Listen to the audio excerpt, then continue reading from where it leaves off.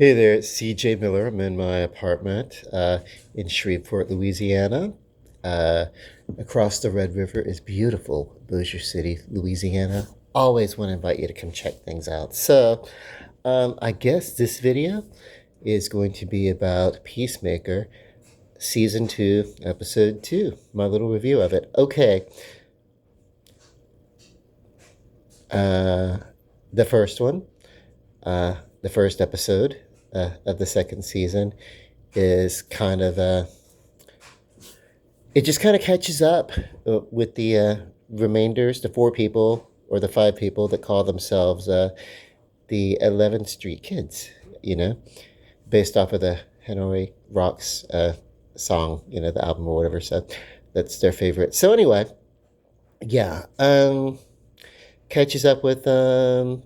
Uh, they exposed Amanda Waller, who's no longer head of that department. That's Rick Flag, who is in charge of whatever that was. Of course, then you have Creature Commandos. Amanda Waller is still involved with that. So I don't know if she's higher up with the Rick. I don't know. But for some reason, uh, from the animated thing, yeah, I don't know. Rick Flag's in charge, and Amanda Waller is not really. She's referenced as, by her daughter, but whatever. But anyway, that's what the first thing. It just kind of catches up. There is kind of a wow. There's a couple of wow moments in that first one. Just to recap, where Peacemaker bummed out, and does a lot of drugs and has like a massive party at his house. That's basically an orgy where they're not really like zoomed in on the sex so much, but kind of the residual effects of the sex, meaning basically just naked people walking all over with all their bits hanging out. So that's you don't want your kids to watch that. So we talked about that. So and then of course where he goes into the pocket dimension, or what he calls a quantum unfolding chamber, I guess, and basically goes into an alternate timeline, encounters himself, and there's a fight in which he kills himself from the other timeline. And so the second episode really begins with him trying to dispose of the body. It's kind of cool. It's nothing that you haven't seen before. If you've seen American Horror Story, um, season 3, where you have, the character of, the witch with the red hair. What is her name? Um, anyway, yeah. I remember she took an alias as Virginia Lake or Veronica Lake or whatever, but uh, or whatever. I don't know. Anyway, Myrtle Snow. That was the character's name, Myrtle Snow, and she's like the former members of the council. She's like cutting them up, and there's like body parts or whatever like that. So this was a lot like that. This was the scene where he calls vigilante. They go into the quantum unfolding chamber and they chop up the dead, with bone saws or whatever, and then dispose of the body. And then anyway, that's that big shocking moment. There is, it's still the morning after the big party, so there are still kind of like naked people in his house waking up and everything like that. But the WTFness of that has worn off. Uh, this is a satirical, zany, outrageous bit of a show that's taking itself even a little less, less serious than last season, if I could go that far as to say so. Um, the characters are going through like, oh my god, identity crises, as they don't know who they are if they're not a group with the 11th Street Kid thing or whatever. I don't know, but they get together once in a while and talk to each other and everything. So it's not like true isolation, as me, as a person, blah blah blah. True isolation means that you are just estranged. You don't, you know what I mean? That's aloneness. This is not something that's, maybe that's to set up the point. Like uh, Chris Martin, Peacemaker, wants to be involved with uh, Hardcourt, the character, which, by the way, she wasn't such a badass in Suicide Squad. She was uh, administrator, sitting up, guiding a mission. She wasn't actually on or in a mission. And as badass as she is, she's probably more badass than some of the original Suicide Squad people, Project X people or whatever. So I don't know. But I guess that uh, was something that they brought in and kind of like beefed her up, basically, the character, for this project. So whatever. Um, because she did not even act like a badass in Suicide Squad. At one point, she jumped after Amanda Waller was like clobbered over the head, which then they started doing the whole like, okay, well, cool. But anyway, there's some things maybe that happen that probably really wouldn't. Well, this is comic book in a short form, so not much would happen. What I would tell you about this season is that they spend their time. Uh, this is still season 2, episode 2. What they're doing really is still catching up with the people, where they are, how they're doing, whatever. Um, they're just setting up the idea that well, I can tell you because I've seen the previews and everything, where the Peacemaker can go into the other universe and masquerade as the him from that universe that he killed. He's you know uh, accidentally paved an option for himself. So, um, and he does at the end of this episode step into that other dimension. And apparently they're noticing, hey, we haven't seen him around, but it hasn't been long enough. It's only been like a day or so. It's not like he's been missing. But you're like, where is he? So um,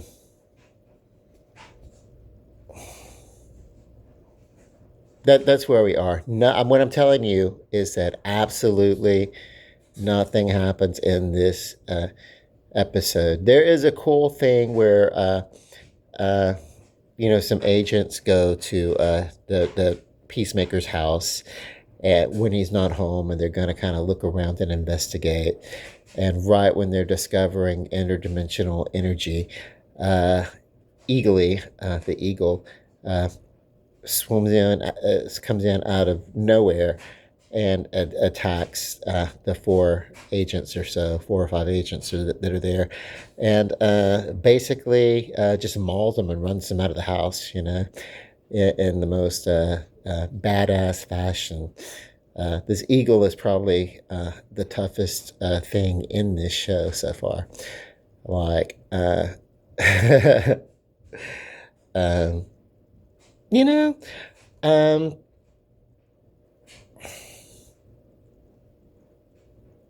it's the only thing I've gotten Creature Commandos, which was animated.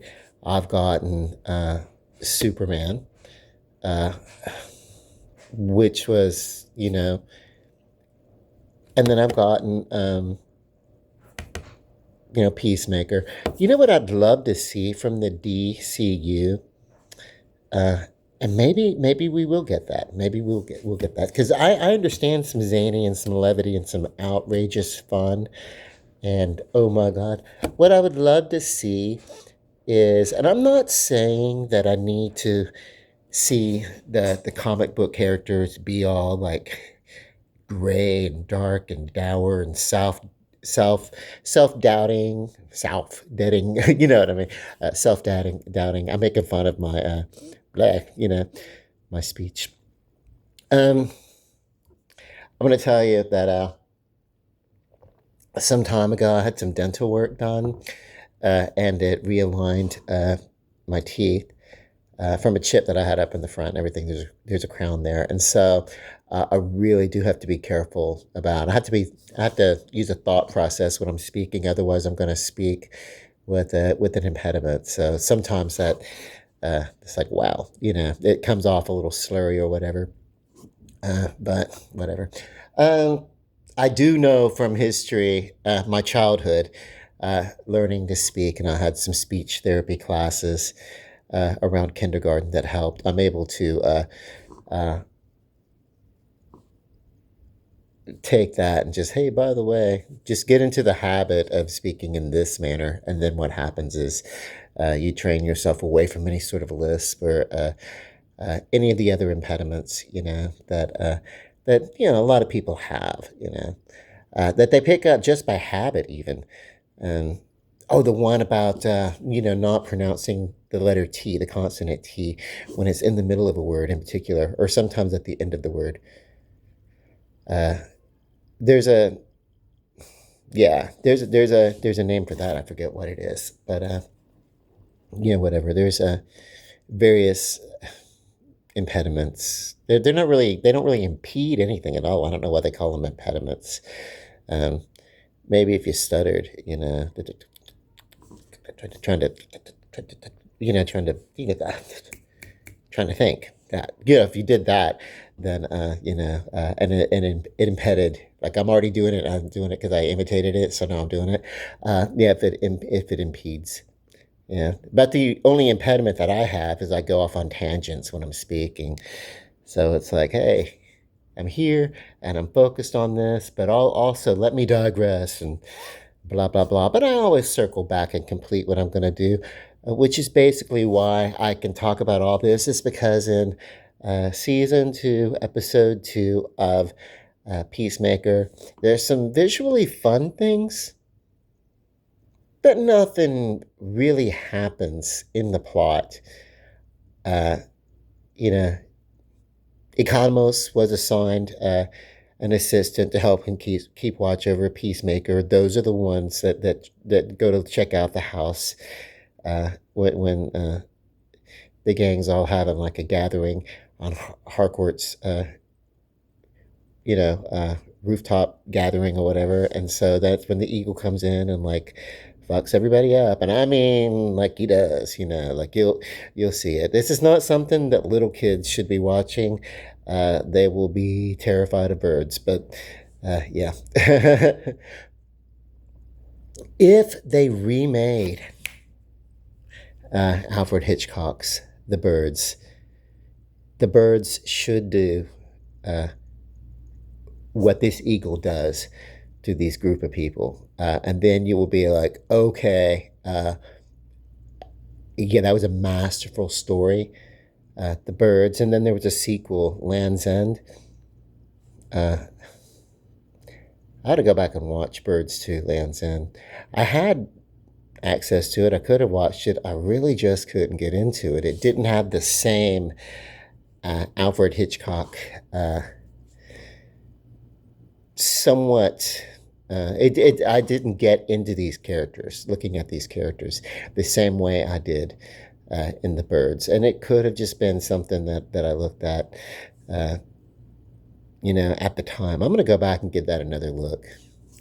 You check out my YouTube channel. I'm going to be doing a review for The Birds 2, Land's End, or Land's End, The Birds 2, I forget.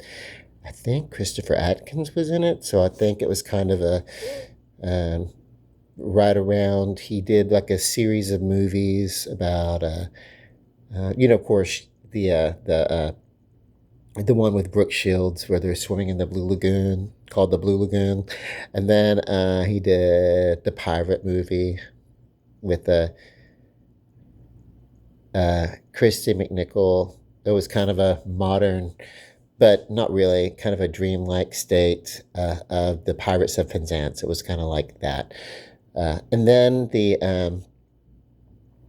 because Gilbert and Sullivan is public domain, anybody can come in there and do that, and they do. And then basically, Land's End. He did a couple of these things, and then he just kind of like, wow, he's not really the big thing anymore. He was, and then he wasn't. what happened, right? Um, and Yeah. Okay. So look for my if he was in that, I'll let you know. But definitely going to be Land's End, the Birds Part Two. I'll probably try to check that out today. I'm going to make it a chore. Um, Peacemaker, Season 2, Episode 2. As of yet, there's no stated mission. Um, there's no stated villain.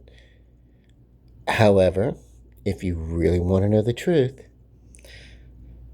even accidentally killing people, uh, these are not heroes. This is what's going on in this DCU is that villains, we've gotten two things: creature commandos, and we've gotten um, Peacemaker season 2. Now, I love the character; it's a fun character, but he was like at some point um, uh, redeemed. Okay, but because he saved the world with the 11th Street Kids or whatever, there's a redemption that happens there, right? And then immediately he's yeah, uh unredeemed, like how he's uh yeah. So anyway, um this is not a show about superheroes. This is so far about a personal thing. There's no mission. If there were a villain, you would say that it might be Rick Flag Sr., who is kind of keeping his eye on Peacemaker. If it were anybody else, you would say, hey, maybe he's targeting him and, like, keeping an unfair eye on him. But the fact is that Peacemaker is not, a glistening hero. He does illegal drugs. Often goes after people with unnecessary violence and this and that, and then of course Vigilante here, also a character here, is also not really a good guy. So, these are interesting shows, but they're not really the shows about superheroes. This Peacemaker season is not necessarily, it's kind of given the same message. We've already seen it in The Boys from, I want to say Amazon Prime put it out, but it may have been another streaming service or whatever. But we've already seen this kind of thing. We've already seen where the heroes, yes, they do some good things, but really for the most part, and regardless of if they feel, they have a narcissistic streak that just lets them do whatever they want to do and get away with it, even if they had guilt about it, even if they feel bad about it. We've already seen this. I can say I like the show, but I liked the part where these characters got some redemption, the ones that needed it, basically two of them. The rest of them were okay. They were following directives. They themselves did not set out to do anything wrong or illegal. And as far as I can tell, aside from Hardcourt going out and starting bar fights or baiting people to start bar fights with her, uh, you know, uh, then she's kind of like, what up? So, yeah.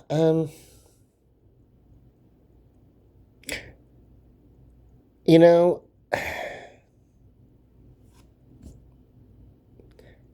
the characters, you know, got redemption, but immediately they lose their redemption. So here's the thing: this isn't really a narrative that's about hope. This isn't anything that you should look at and take any sort of morality away from it. You really just look at it and say, "Oh wow!"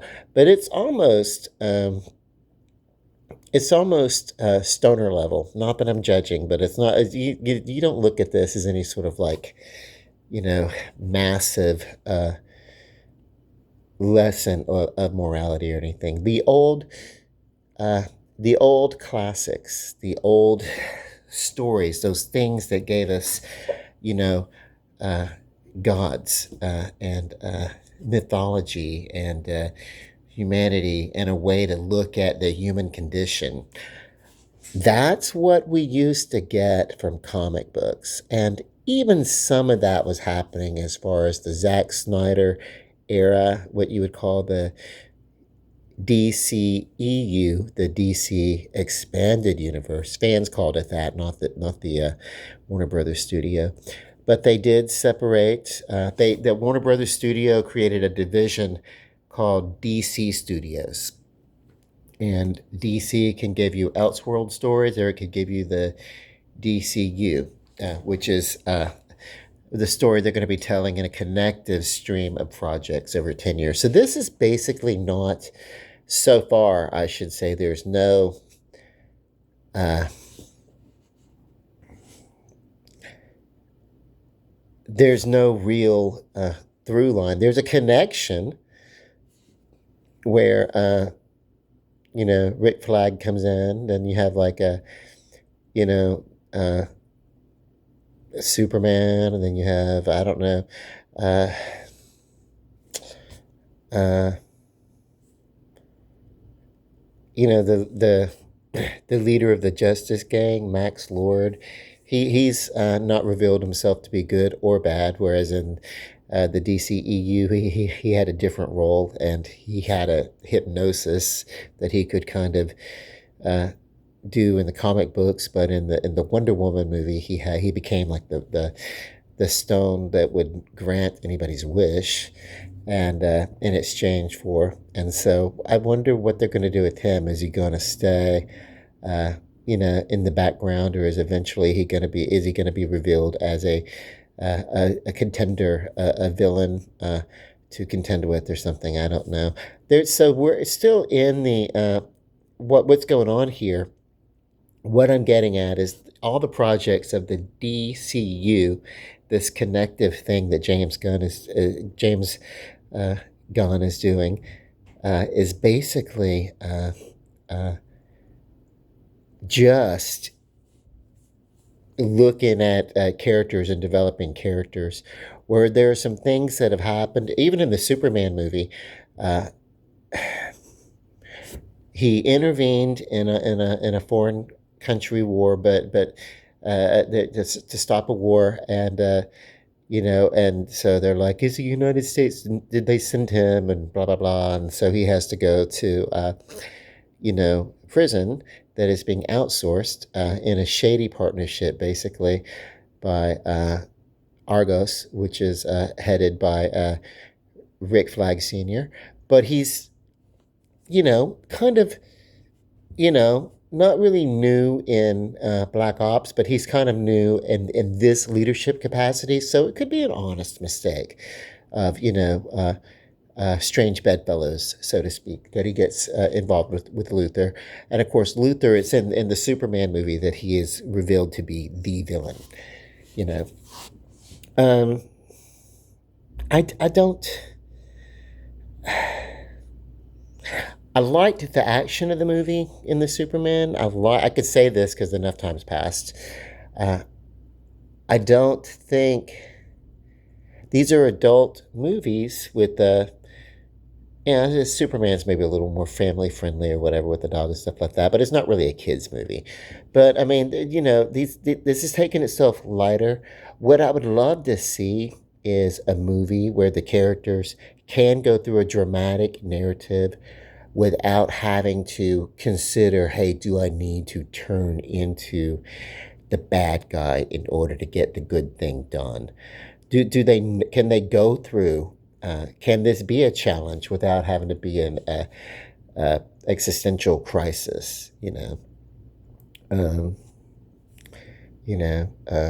Yes, they can have those things. There can be a narrative and everything like that. But the fact is none of these projects, the three that I've seen, technically the Suicide Squad and uh, Peacemaker season one through these other projects have had enough retconning that they can be kind of considered somewhat canonical, but we'll see. They'll retcon what they need to. But yeah, I like what's going on. I'm just not seeing enough variation between these three projects, uh, with the exception of Superman not including any sort of graphic nudity, or being that. So, but I don't know. I don't know. We'll see what's going on. Uh, the the thing that worked about the Suicide Squad, which was a little bit better than the original Suicide Squad, even though it was kind of a sequel, but kind of its own standalone thing. Um, what I liked about it was that it was wow and in your face and everything, but it wasn't every single project within the DCEU. So now, with James Gunn heading up the DC universe, is every project basically going to look like uh, what these movies are looking like? Or is there going to be a change in tone? I realize Superman wasn't the same as the other two entries that I mentioned, but uh, the tone isn't different. The content is kind of turned down so that it's not like, orgy in the living room.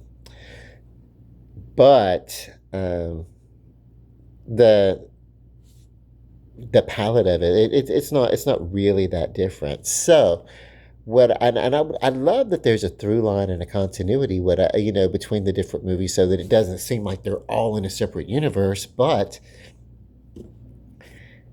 does every corner of this DCU, is it all gonna look the same? Is it all gonna feel the same with various levels of sexuality depending upon the rating? Or is there going to be uh, other variation? Will there be other differences? Will there be other characters telling or having other narratives being told about them?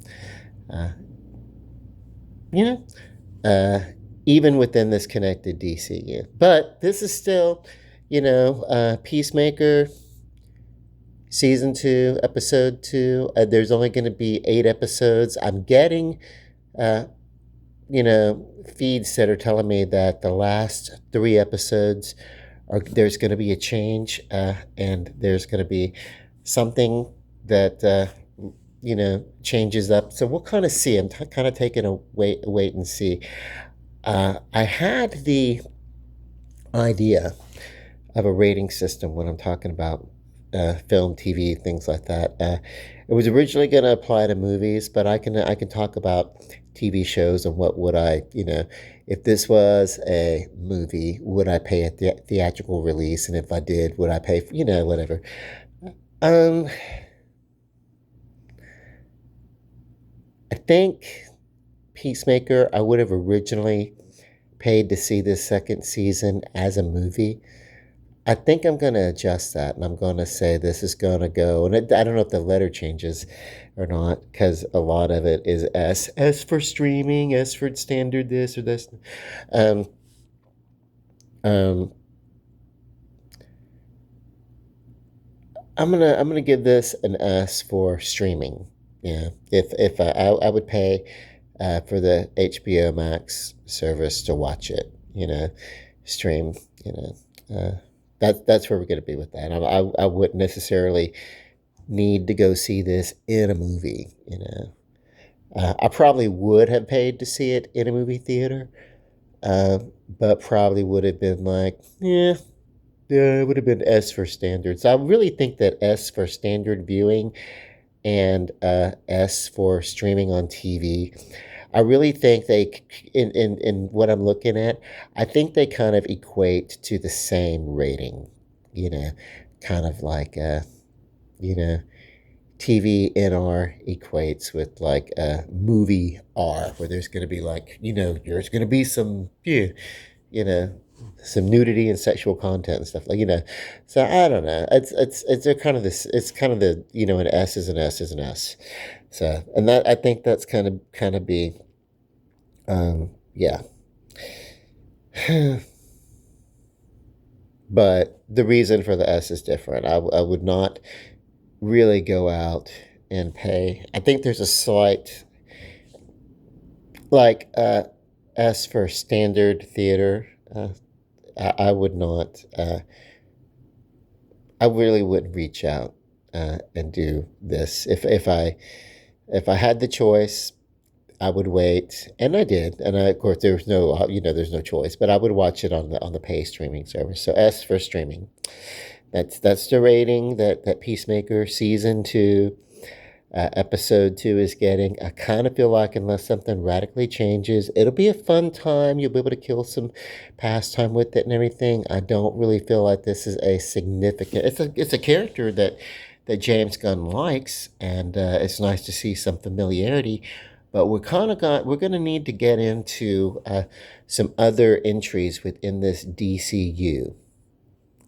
Okay, this is a 10-year plan, and we've gotten 3 projects, and there's a Superman prequel novel, and then a couple of games that look interesting. I feel like maybe this um, season is being used to prop up the Peacemaker character in a video game. You'll get a lot of that. So I like that this is going to be something that crosses various media.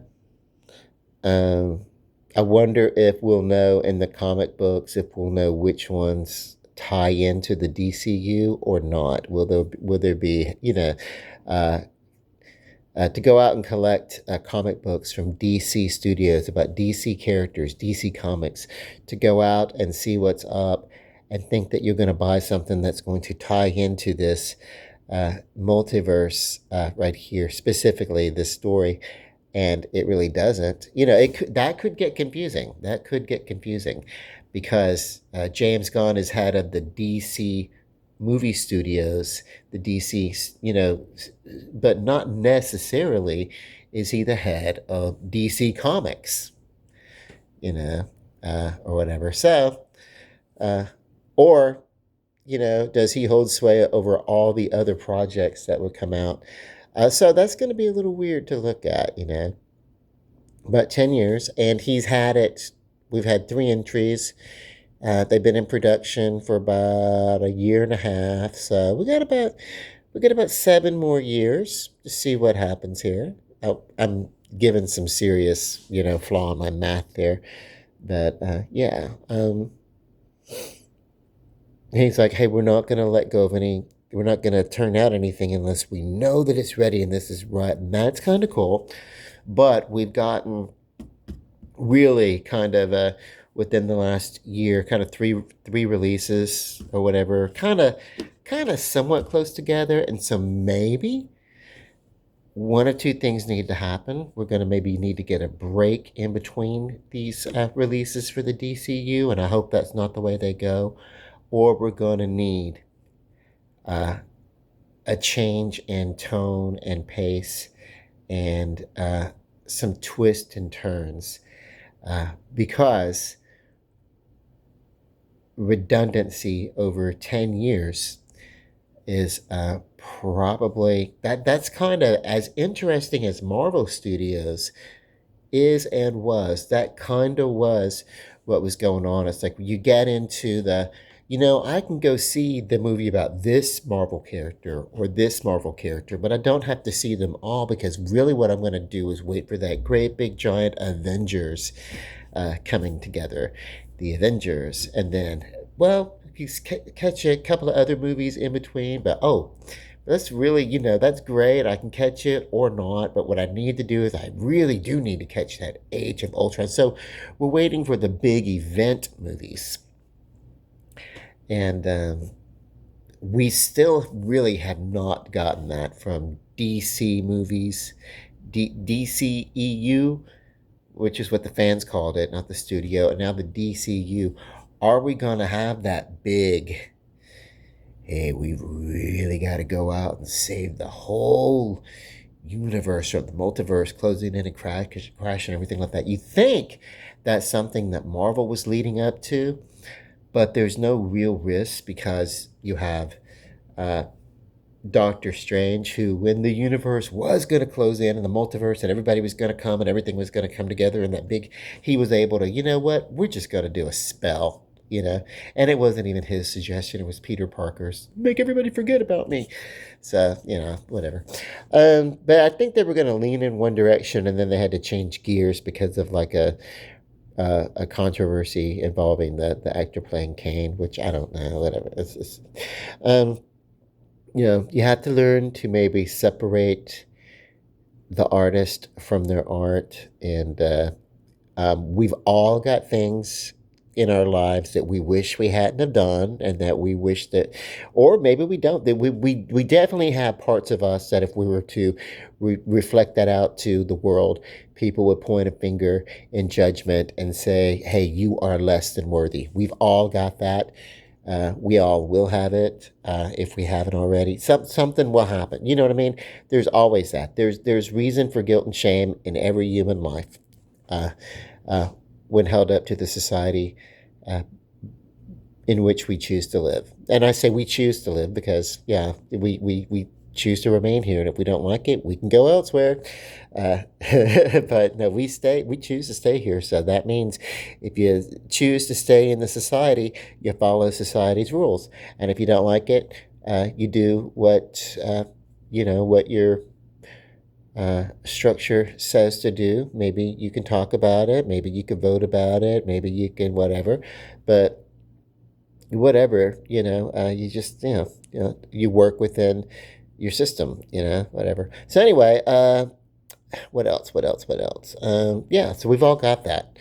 Um, but we need to learn to separate the artist from the art, so that the projects, when they're being made, these these connected universes. If you're trying to do something that's going to go on for like 10 years or so or longer, then what has to happen is you've got to be able to, have some continuity. Uh,